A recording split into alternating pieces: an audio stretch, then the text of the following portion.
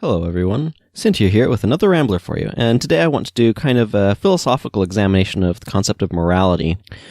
Morality is one of those topics that has a lot of discussion about like where it comes from and things like that, and I'm not so much looking for the source of morality here. While that's a discussion that's perhaps useful, it's not what I'm looking to do. What I'm looking to do is kind of examine morality from a slightly different viewpoint. So the first thing that I want to kind of establish is I view morality as, and this is probably going to be a controversial statement to some, but as extremely relative.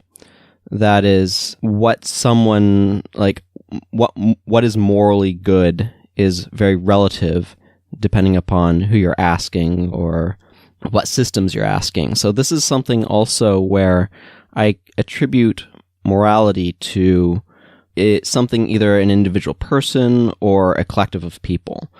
And the other thing is sort of how does somebody build up their moral perspective, I guess. It's what gets instilled in them over time, and to some extent you can't choose what you think is morally good. I think it's something that's built up in you through what other people think, what you personally think, your own opinions, other people's opinions. Now, the reason why I said that this sort of perspective of the relativistic nature of morality is probably controversial is because there are a lot of people, particularly religious people, who say that morality is objective. And this gets into the second point, which is how relevant is a moral perspective. So when you look at authority, this is where you begin to sort of build up this idea of how relevant is someone else's moral perspective to you, is based upon what authority do they have over you. And this is where we get towards what a religious individual then would say, well, particularly like a Christian would say, God's moral perspective is ultimately the most relevant one. And that's sort of the argument I'd make. It's not that there's some objective morality out there, but rather that the subjective morality of God is the most significant, most relevant moral perspective. Now, we as individuals, as human beings, we'll have our own moral perspectives, but we'll also build up societal moral perspectives. This is not necessarily something that each individual person has per se, but rather sort of the moral perspective of the society as a whole. And then you can see that the ability to sort of enact consequences for your moral perspective is what makes your moral perspective relevant to somebody else in that sort of sense. Now, a person can violate their individual sense of what is morally right or wrong. Extreme situations can definitely push people to do that. For example, going into starvation will probably make people a lot less, it will lower inhibition against stealing, for example. If they find it morally wrong, they might still do it because what choice do they have? That's kind of a backed into a corner sort of thing. But I think it's looking at sort of the broader idea then of sort of this relevance. What we do then is we build up sort of society's moral perspective, and we give that relevance through things like the police and court system, the legal system, and criminal justice and things like that. But we also kind of, as a collective, we tend to try to enforce our moral perspective on each other. And there's many different reasons why this is done.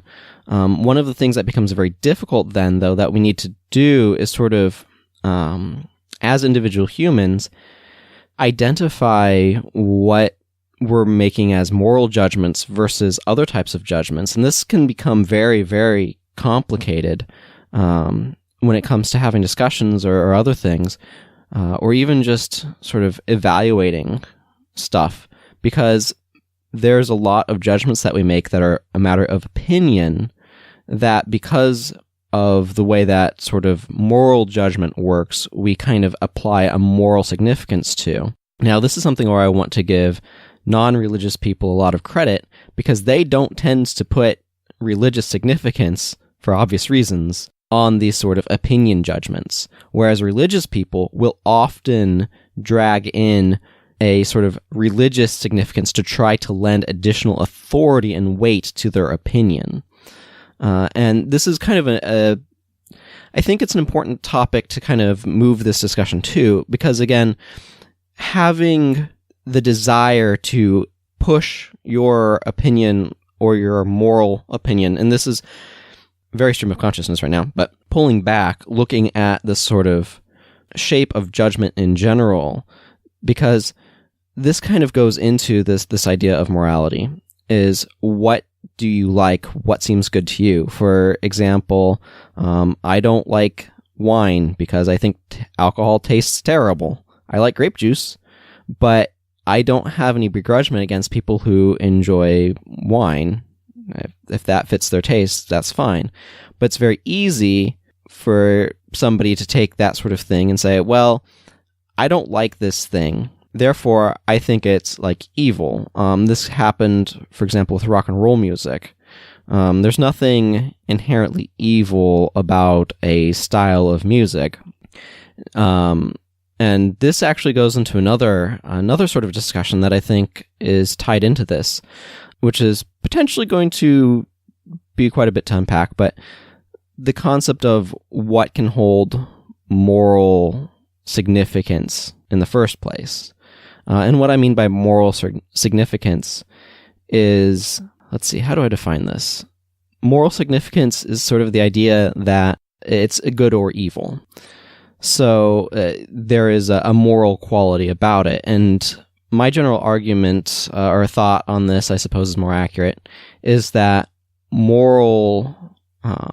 having a moral judgment being made about it is something that is for actions and actions alone.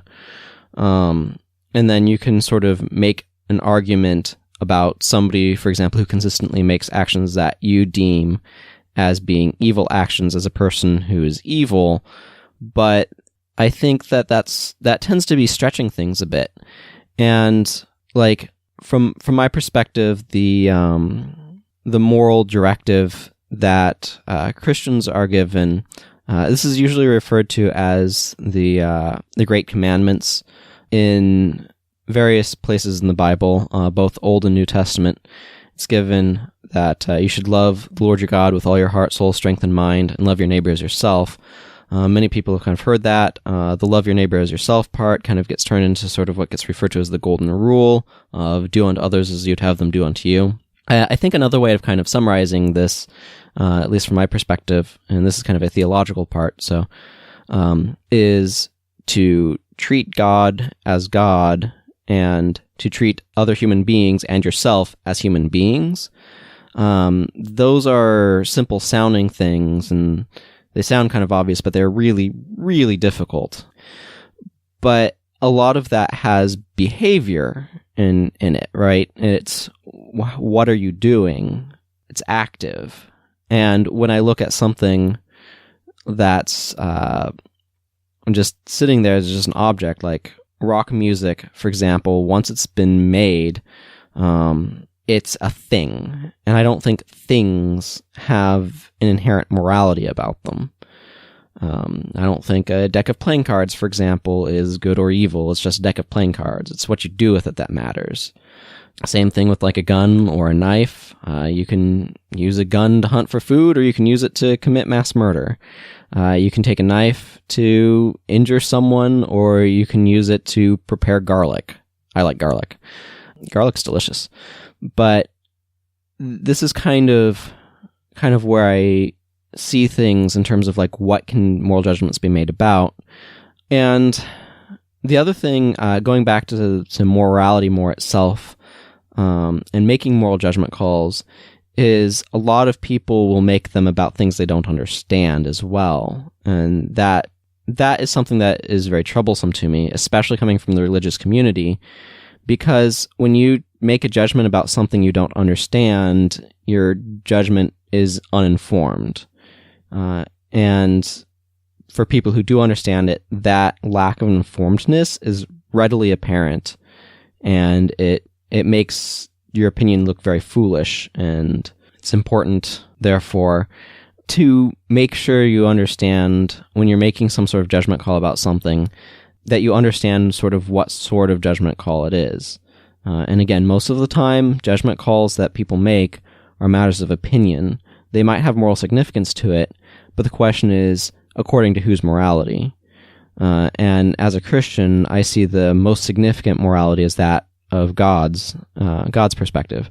Also, just as an aside, there is biblical support for the sort of view that all morality is relative to something, and who it's relative to is relevant. And that, when you look in the Old Testament, there's a lot of spots where it says, so-and-so did what is right in his eyes, or something was evil in so-and-so's eyes. Sometimes you need a slightly more literal translation. There'll often be a footnote about that. And this is something that you can see even where it says, so-and-so did evil in the sight of the Lord. They did right. They may have done good in their own sight, but it was in the sight of God that they did evil. And because Christians, again, tying in the religious component, view God as the ultimate authority, where there's an absolute head of authority, as it were, that morality becomes the most significant and most relevant. So I think that kind of covers most of what I wanted to talk about today. I hope that it's gotten you thinking, at least, potentially challenged your perspective. And take care, everybody. Bye-bye.